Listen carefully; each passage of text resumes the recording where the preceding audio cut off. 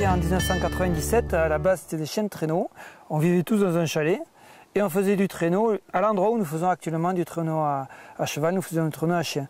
C'était une ambiance de copains, une dizaine de personnes. Le fait d'être avec Isabelle et les chevaux, ça a amené une vie dans le village que nous n'avions perdue quand on avait déplacé les chenils plus à l'ouest de la station. On s'est lancé dans l'aventure du traîneau à cheval.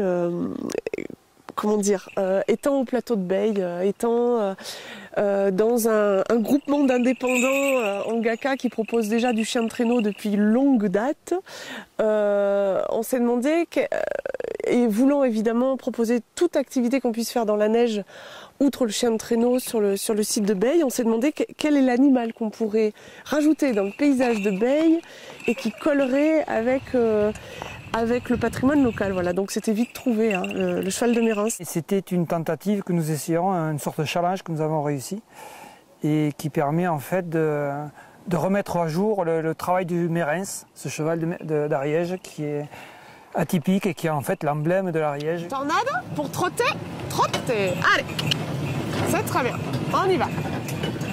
Allez petit père, voilà. C'est bien ça, allez on y va. Voilà, c'est très bien. Allez, marchez.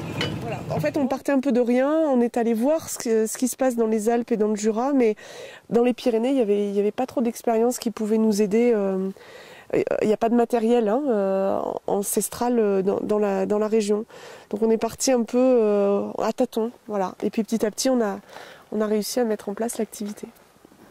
Il nous fallait vraiment un cheval hyper zen, pour être au milieu du public, des motoneiges, du bruit, enfin voilà, des raquettes qu'on croise, des piétons qu'on croise, des skis qui sont pas loin, voilà.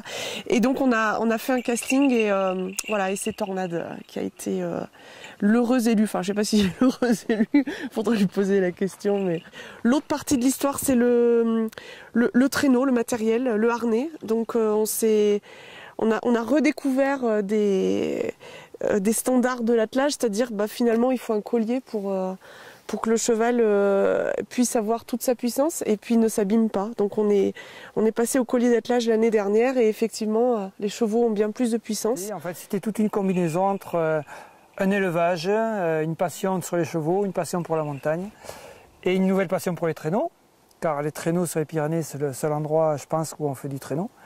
C'est un peu comme un asinat, là il faut tout mettre ensemble et essayer de trouver la bonne solution, la bonne recette. Et on se régale maintenant, c'est de faire tout ce travail avec nos collègues, nos copains, nos copines, tout ça. Les chevaux, les chiens, voilà.